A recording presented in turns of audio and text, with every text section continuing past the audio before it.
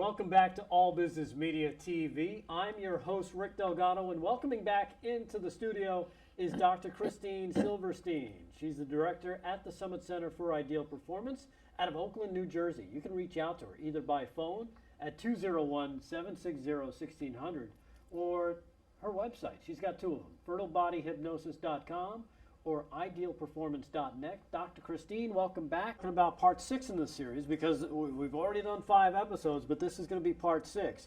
Now, can you recap for us what we covered in part 5 for anybody who's just tuning us in? Yes, we talked about my program, Operation Heal. And it's a perioperative program, and I work with clients before, during, and after surgery. But I also help clients who are undergoing procedures and treatments such as chemotherapy or physical therapy. And I work with those who have longer-term health issues so that they can be healthier and maybe even wealthier at the end of their challenge with the health issue.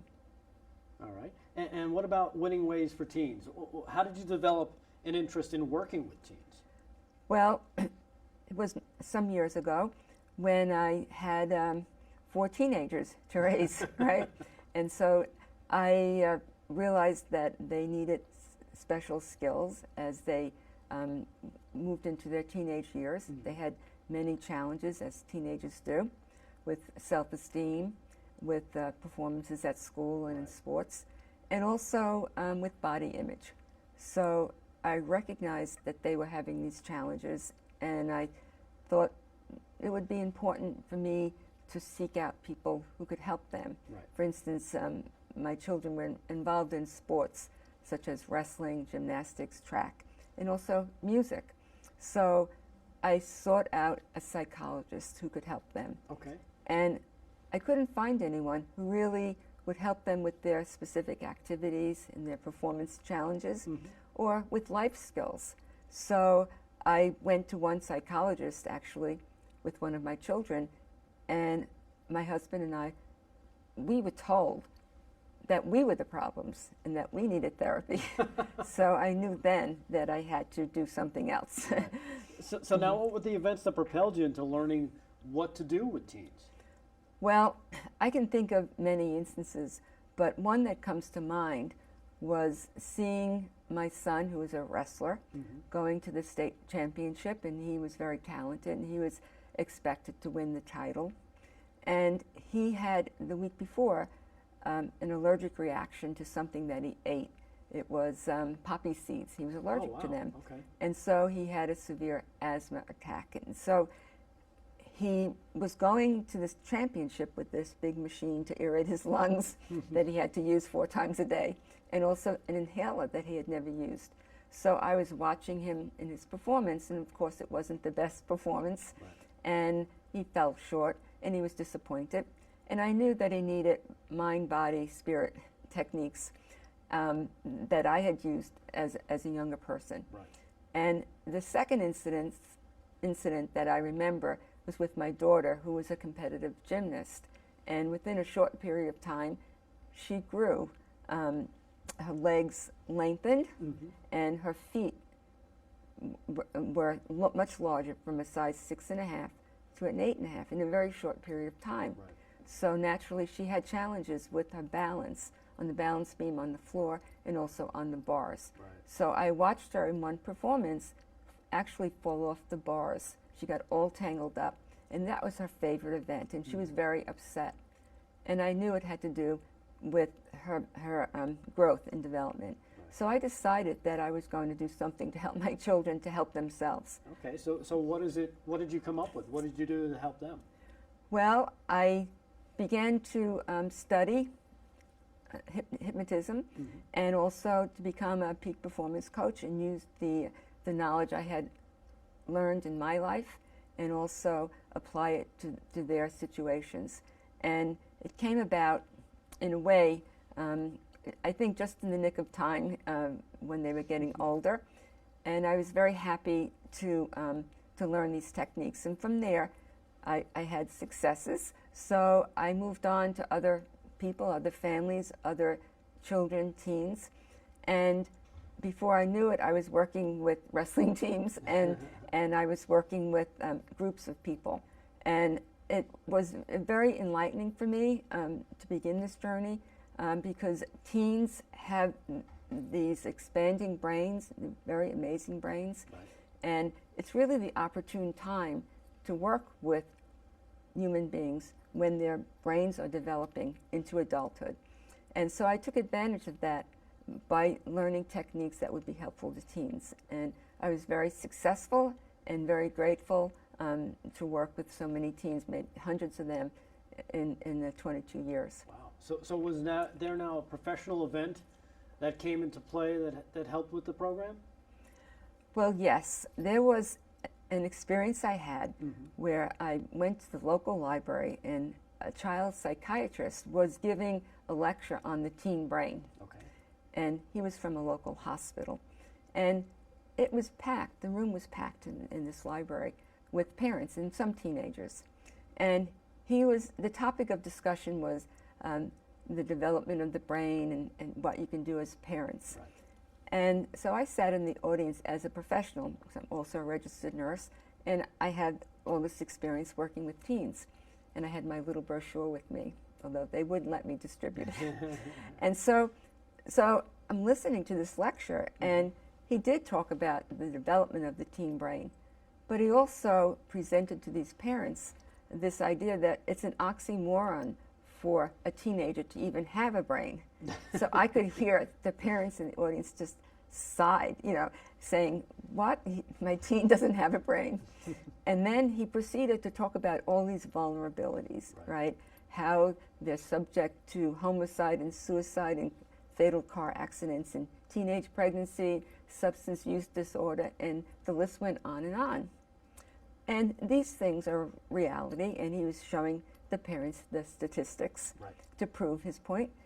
But he never really focused on the potential of the teenager, and he never really answered the questions of the parents. He talked about giving medicine or treatment. One person said her son had a lack of focus in school and it was getting worse. He was in high school. And he said, well, was he tested for ADHD? He needs to be on medication, And this was in front of all the people there in the room. And he didn't know this person, to be discussing this diagnosis. So I think she was a little bit embarrassed, So at any rate, I thought that he needed to focus on this amazing teen brain. And tell the parents what they can do to help their teens and the teenagers sitting there. Okay, now why do you think teenagers have amazing brains? I mean, I was a teenager once. I didn't think I was very amazing at that time. Well, it's very interesting because teenagers really have an expanding brain, not in the size, but in the connections. And it's an opportune time to really teach them skills to go along with the teen brain. But in our society, we don't really take advantage of it. We look at teenagers as being kind of hard to deal with. We look at them as having, taking risky behavior. So it's really important to understand how the brain works. So the teenage has this changeability and adaptability built into their brains at this stage. And this allows them to really respond to changes in their environment. And what happens is they start to develop communication networks that connect the brain regions.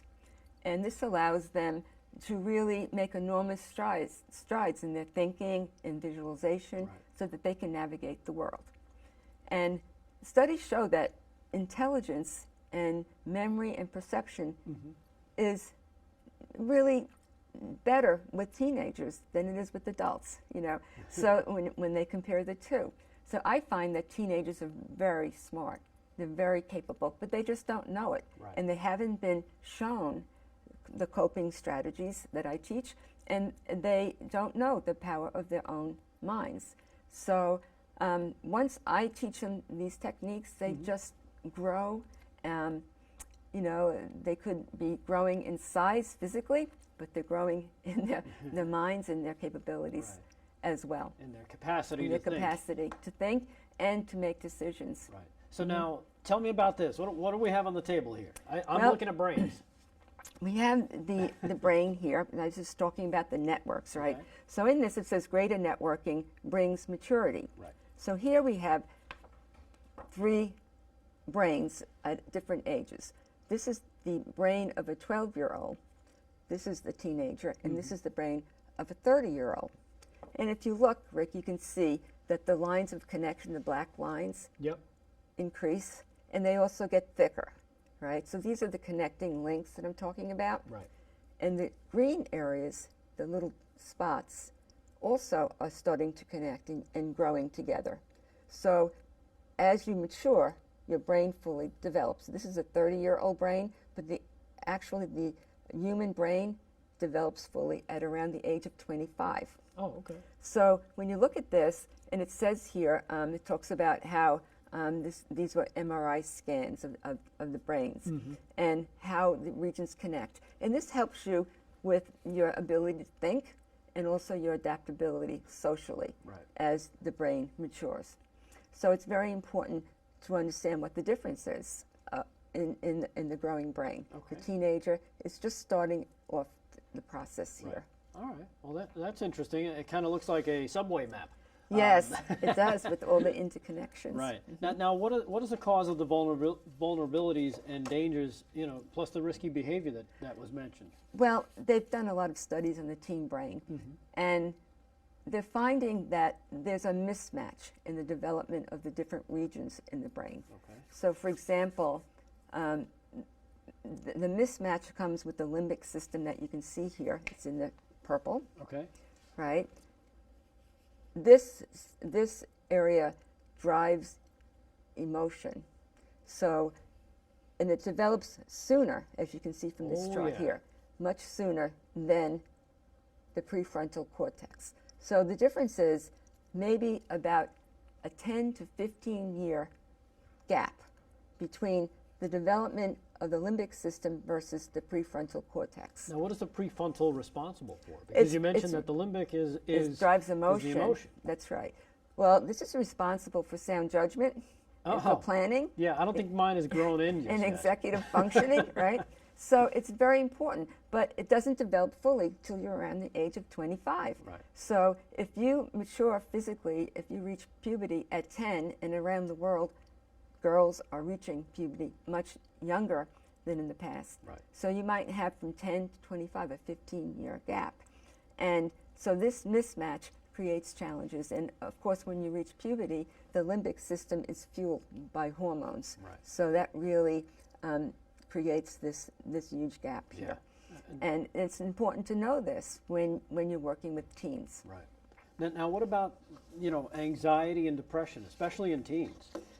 Yes, well, they're finding that anxiety and depression is increasing. Right. Now, I have this chart here, and it was, the study was conducted in 2015 by the U.S. Department of Health and Human Services. And so you can see here on this side, it says depression by the numbers. And it says 3 million adolescents ages 12 to 17 in the U.S. who had at least one major depressive episode in the past year, which was 2015. Right. And you can see that this number has increased over time. So we're working here from 2006, it was 7.9, and 2015, it went up to 12.5. And I think that it has increased since then because we added 3 more years, 2018. And down here, it talks about how girls are more prone to depression at 19.5 versus boys 5.8. And then we come to this side, anxiety by the numbers, and we see that 63 million teens between the ages of 13 and 18 had anxiety disorder. And that's a diagnosable disorder. And you can see in this little square here, it says 25% of the teens in this age group have this condition. Right. And boys are more prone here to have anxiety attacks or episodes. Girls still are at a high rate, 30.1% versus the boys' 20.3%. Right. So you can see that anxiety is really increasing over the course of time, although some people, I think, are not focusing on that, and they're wondering why teenagers are so anxious. And I think we can just look in the newspaper or the news and realize why they're so anxious these days. Now, what do you think is accounting for this big jump in terms of depression and anxiety? Well, if you think about it, Rick, if you just look from 2000 to now, that's 18 years. Right. So we're talking teenage years here. And teens were born into a world where they know terrorism. If you think of, we just commemorated 9/11, right? Right. So if they were born in 2000, they were just a year old. And they know nothing but this. And they're feeling that the world is not safe for them. So I think that's a major issue that we have to look at. Also, we have other things going on, like cyberbullying, and teenagers, it's known that they can listen to things on the internet and harm themselves, maybe even commit suicide. They can look on the internet and find out somebody who committed a shooting, and there's such a thing as copycat, Right. and so they follow that here on the East Coast. And so things are different than when we grew up, right? So they have these issues. And the other thing is there's so much competition with teenagers. So they're looking at their grades, they're looking at their, they want to win the championships, get into the college of their choice, they want to be popular socially. And so these things create really phobias and fears, and especially if they don't have any coping skills, it leads to these vulnerabilities the psychiatrist was talking about, Right. the substance abuse, the alcohol abuse, and even eating challenges like eating disorders.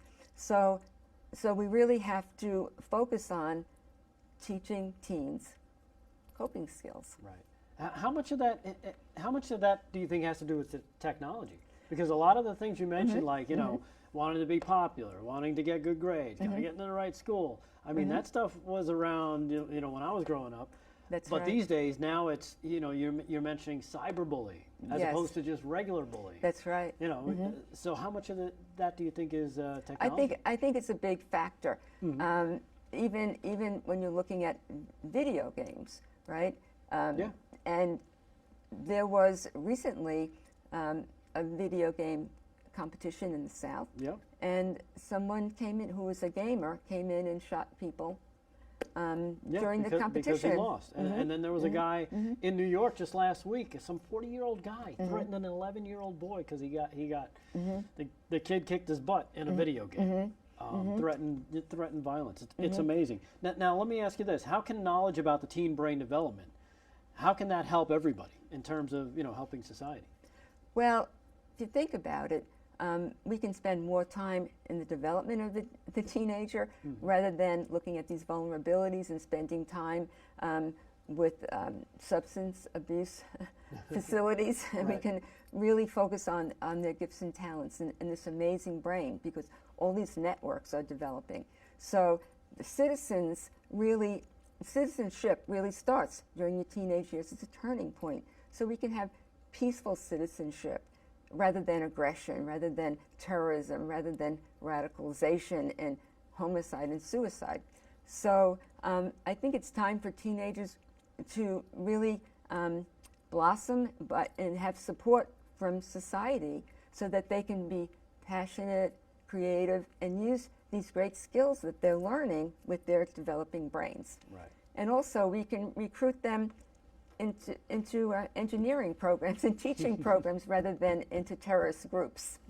And also, when you think about it, it'll save time and money in the future, so that these teens who are developing into the future leaders, not just of themselves, but of us as well as we get older. Right. Now, what about the parents? Because of course, the parents are the ones raising them, Dr. Christine. How can this help them kind of help their teen?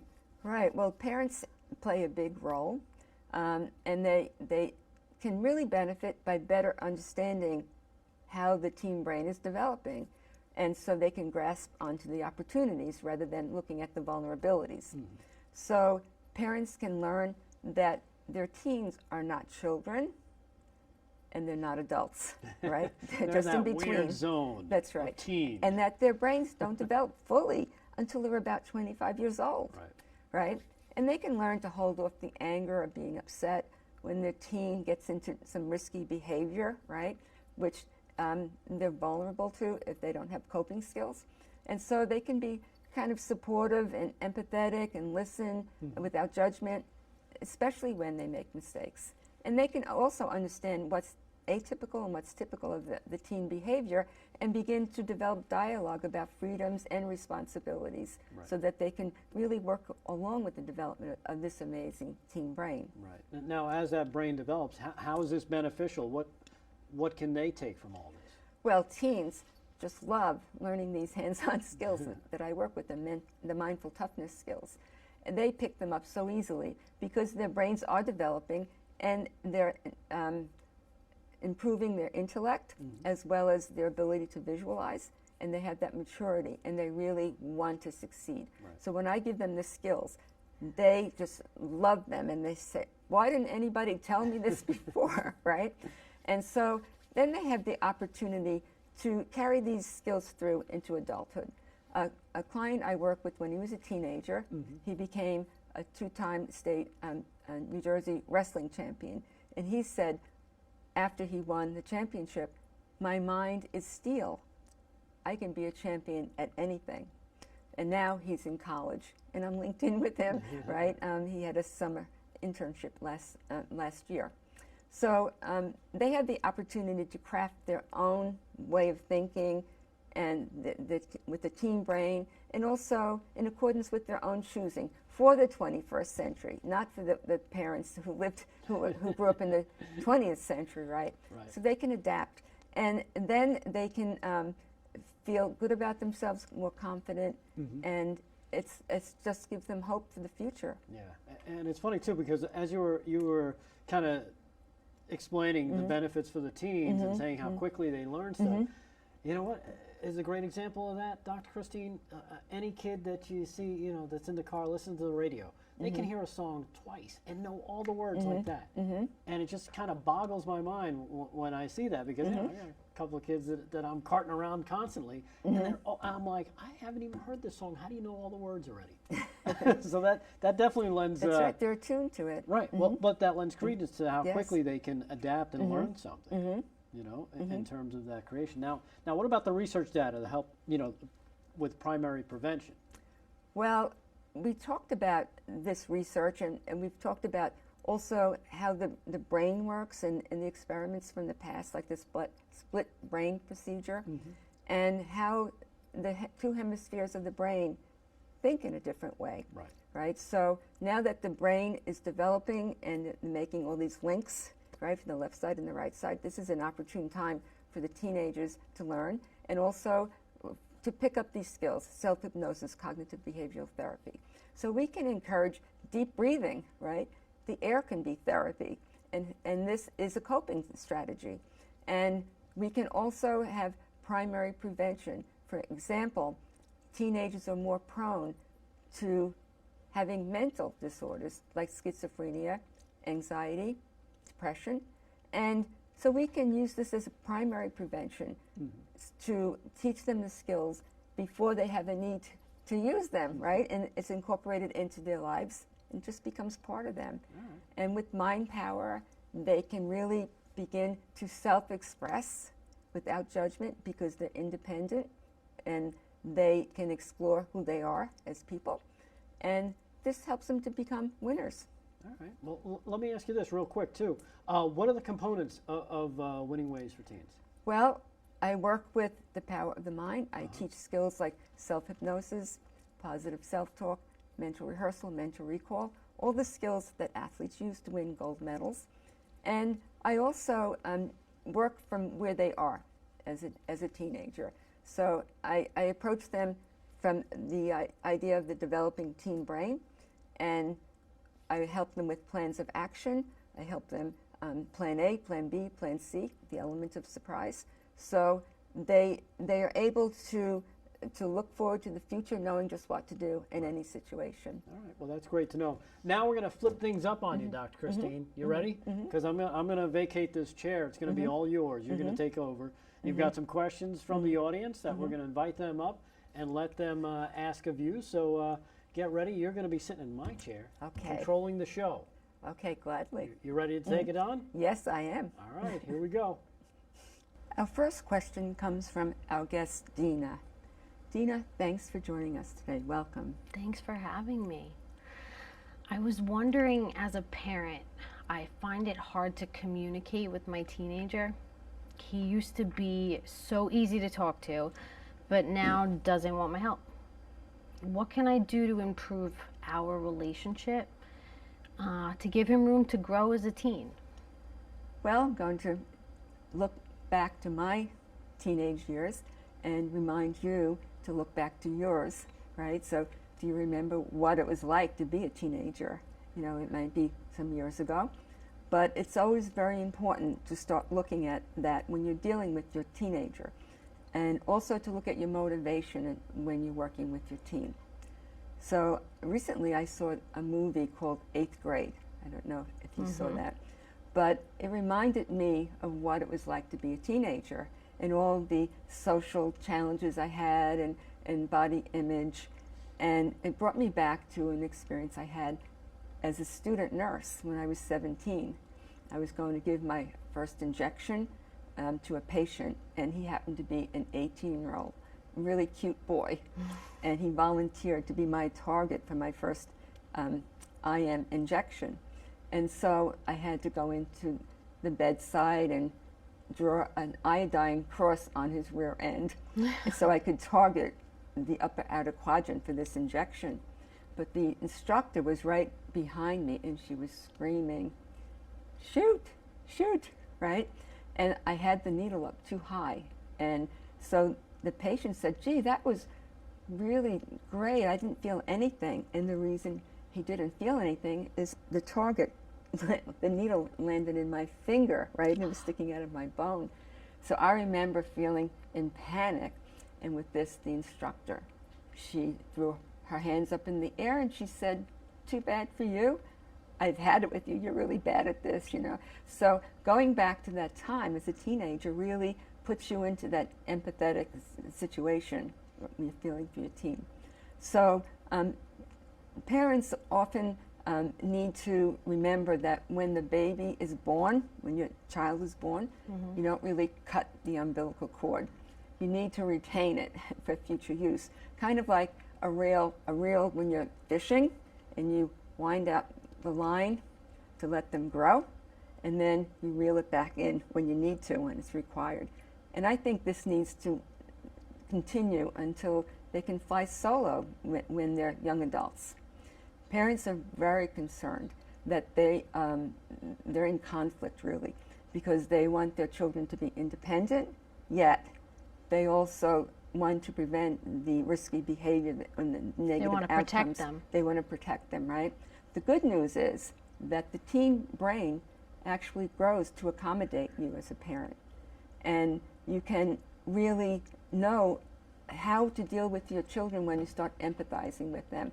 You put yourself in their place and you listen without judgment, and you're able to really support them even if they make mistakes, which they're bound to do. And in addition to that, you're teaching your children how to empathize with other people when you're empathetic. And this is really an attribute of an emotional, intelligent leader. So you're giving them leadership skills as well. And it's always important to leave room in their shoes to grow, because they're going to feel like they have floppy shoes on at first, especially when they're learning coping strategies as teenagers. And as a parent, you wouldn't want them to wear shoes that are too small, right?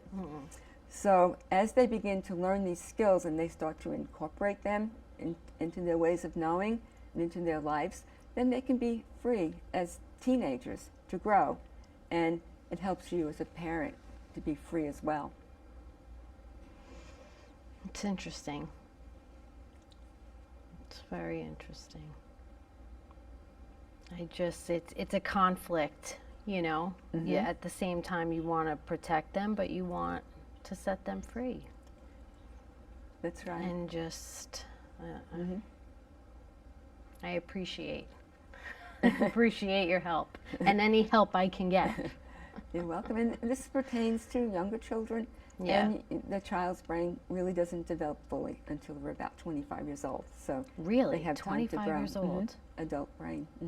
And do you feel like what's gone on in their teenage years, traumas, things of that nature, will affect them for the rest of their lives in that age bracket? Yes, well, we see evidence of that in society, how you don't learn coping skills when you're younger, and it's reflected in your adult life. So it's really the coping skills that's the main To thing. learn how to handle any situation that comes along. Right. Right. And part of that is probably letting them experience them for themselves first and learning, by making a mistake. That's right. And they can feel safe and know what to do on their own Right. as they grow towards adulthood. Right. So I does that appreciate answer your question? It does answer my question. Yeah, you gave me more. You gave me more. I appreciate it. Thank you. Bye-bye. You're welcome. Our next question comes from our guest, Ryan.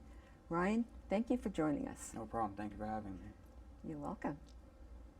So the question I have is, as a peak performance coach, how do you work with high level of anxiety experienced by teens to help them accomplish their goals? Well, as a peak performance coach, I have a different perspective to help teens with anxieties. So my focus is on helping them with their performance. So I teach them right from the start how to get into the zone on their own, which you might be familiar with if you've played sports or been a musician or something like that. So you get right into the zone. And I teach the same skills that Olympians use to win gold medals. So as you learn these techniques, you're able to automatically relax, focus on what you need to do to score in whatever sport or performance you're doing, even if you're on the stage as an actor and actress. So then, once you learn these skills, you start to incorporate them. You have to first learn the first step, what I call the first step of self-hypnosis, which is hypnotic relaxation. So if you are an athlete, it doesn't mean that you're going to be just sitting down and falling asleep or watching TV. It means that you're going to be breathing easy, where you can relax automatically. And then I build up the skill level over the course of time. And you might be familiar with a technique called mental rehearsal, where you visualize or you feel, you see yourself in a situation. And that's a very important exercise, and it's very powerful. All of these skills I work with are very powerful. So once you can envision yourself in this performance and see the end result, and you're doing very well, whether you're on the wrestling mat or you're playing baseball, then you move in the direction of your dominant pictures, your dominant thoughts, and you're able to really make different tracks in your brain, actually, as if you've been on the playing field, but really you're doing your mental rehearsal from home. And this really alleviates a lot of the tension, because it's already imprinted in your subconscious mind to release automatically. And now all you have to do is release it, because you've already done the work with practice. So then also I build up skill level as I go along. So the next week I'll work with positive self-talk so that you can align yourself with these new positive pictures. And once you have the positive pictures and the positive words, they're working together, right? So then you learn to cancel out anything that's negative and substitute positive. Any negative picture, substitute positive pictures of success. And from there, I also work with removing any barriers to success. And very often, teenagers are working at a very high level when they come to me, even if they're just in high school. So they have traumas from the past. They have some emotional blocks. So I always work with that as well, to help them remove the blocks and just start seeing themselves as winners right from the beginning. And with that, I also teach a technique called mental recall, where they remember an experience from the past that is positive, and then they bring that forward into the present moment. Okay. And it doesn't have to be related to a sport. It can be anything. It could be you won a spelling bee and you feel good about it or something like that. And then I gradually show them how to be performers, because that's what they are, and to handle any situation that comes along by using the power of the mind, learning self-hypnosis, mental rehearsal, mental recall, positive self-talk. And this builds confidence. And once you have confidence, then you can have fun in your sport once again, because very often you lose that sense of play if you're going to a state championship and everybody's pressuring you, to win. So you can have fun and win as well, which adds to the enjoyment. And then you can take that very same skill and apply it to the classroom, maybe to get on the honor roll or to get a date to prom, because you use the same skills wherever you go, because they are portable. Okay, interesting. Well, thank you very much for having me. You're welcome. Our next question comes from our guest, Leslie. Leslie, thank you for joining us today. Thanks for having me. You're welcome. My question is that my teenage nephew is fearful in social situations. I'm concerned about it. How do you work to improve the comfort level of interaction in social activities? Well, social activities are an important part of a teen's life, right? Because they're developing that area in the brain to be social. And so it's important to them, and peer pressure is really strong when you're a teenager. So I start with kind of exploring where the fear started and how it came about. What was the initial sensitizing event that happened where they become fearful? And then I work with any traumas related to the fear from the past that may have precipitated the fear, and teach them how to use the power of the mind, which is very interesting because I work on the conscious level, like we're talking here now, but I also work on the subconscious level. And I teach the same skills as an athlete would use to be able to perform better and to improve performance. So from the very start, I'll explore with this person, so what are the challenges, and get to know the person and trust your nephew, for instance, get to develop trust. And then from there, I teach exercise like breathing easy. So breathing easy, you can use that as a therapy, and it's free, right? Because we all have to breathe air. And you can really, literally start to envision yourself as having, as being a very social person, but it's all in your mind. It's kind of what I call an exposure therapy. So you might have heard some people say, feel the fear and do it anyway. So you're kind of pushed into a situation that you don't feel very comfortable in. But I like to use the power of the mind. So the exposure therapy comes about by using what I call mental rehearsal. So you imagine yourself in a situation, say in different scenarios, meeting new people on the school bus or meeting new people in the classroom at the beginning of the school year. And so we talk about it in my office. Okay, let's talk about this scenario and that scenario. And we talk about how you'll approach this person, what will you say, what will you do, how will you respond when the person says this or that to you. And then in a very relaxed hypnotic state, you go into the zone. I call that the zone, right? So you're in the zone and you're open to positive suggestions and also to use your imagination. So now you see yourself, feel yourself, hear yourself in that situation, but you could be practicing this at home on your bed.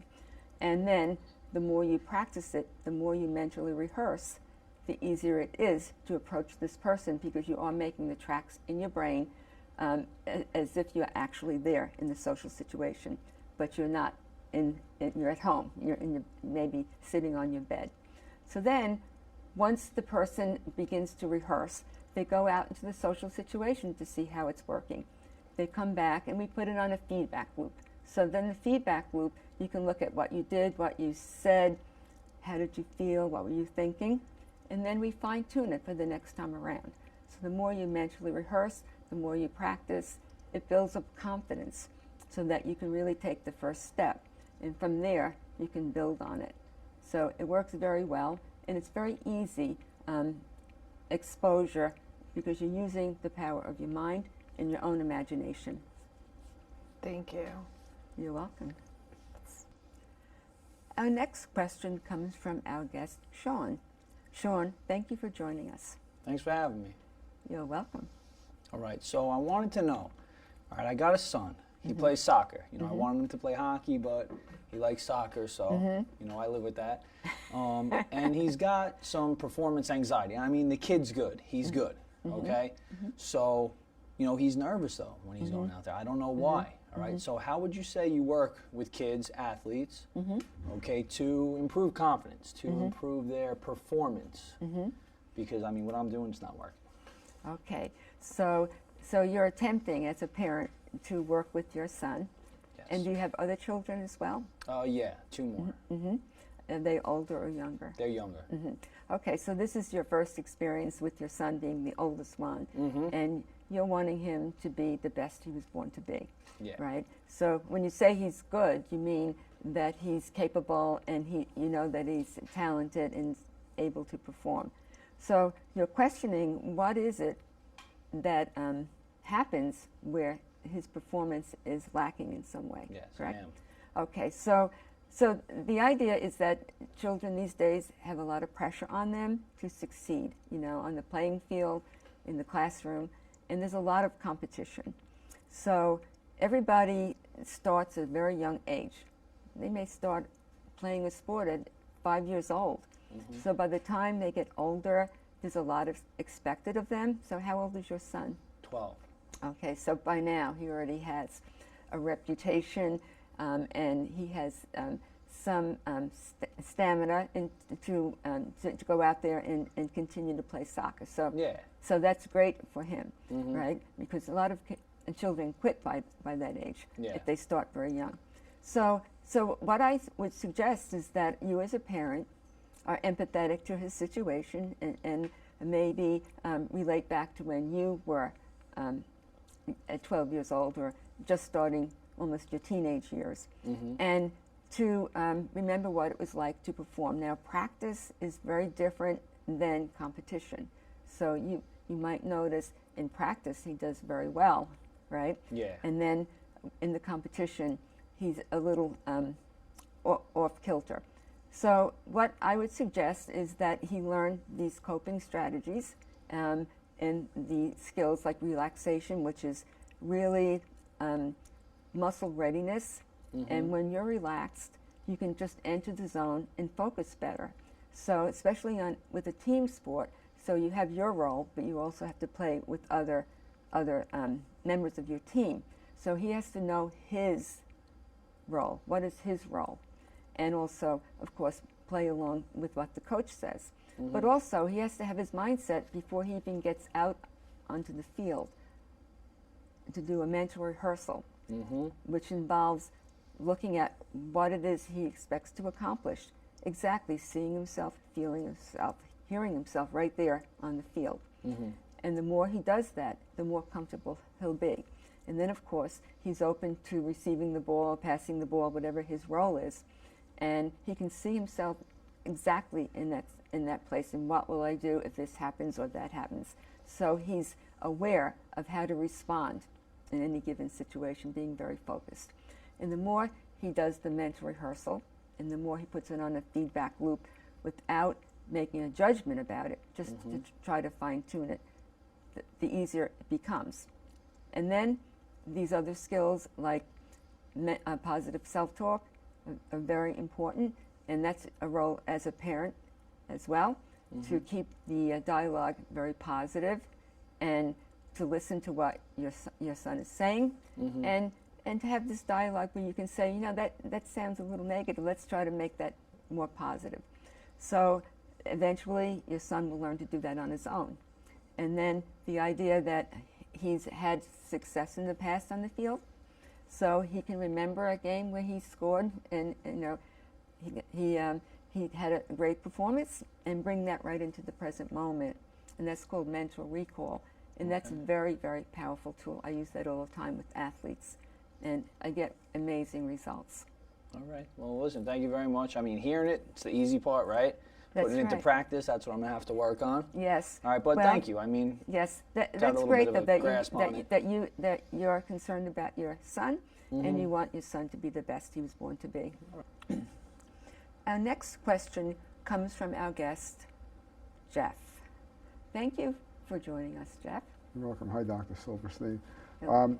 I'm a math tutor, and I specialize in helping high school students with the SAT math test.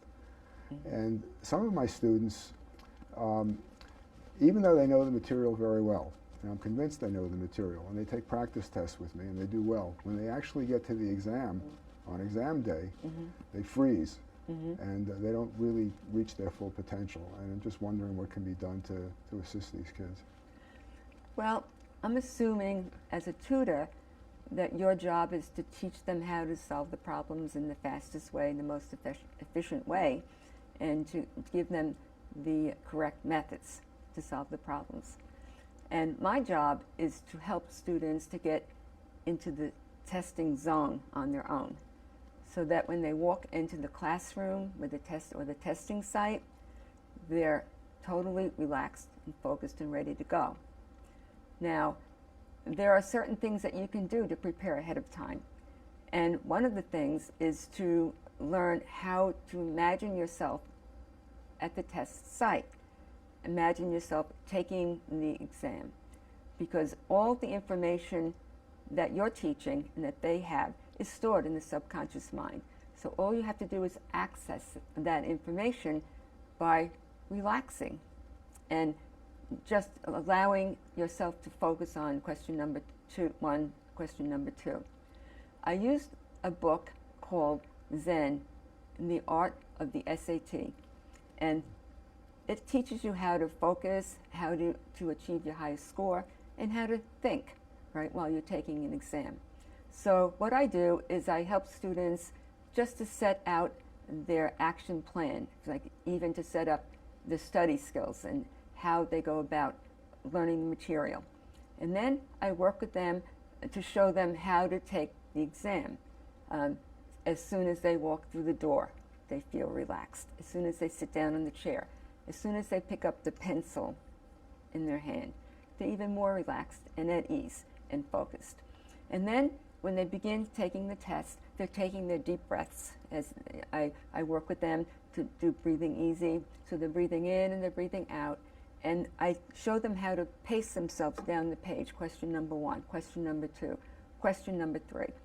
And also, if they want to come back to the question, to mark it off. And when they return, the question is so clear that the answer just jumps off the page at them. And also, during the exam, their focus might wander and they might start thinking about the time. And I teach them exercises that trigger more focus, their hands on things they can do, to bring themselves back to focus and recall. And then also, the more they practice and do this mental rehearsal, because you said that you give them test preparation, so they also do that along with the mental preparation, so they can be practicing at home, taking the exam and using these skills while they're practicing.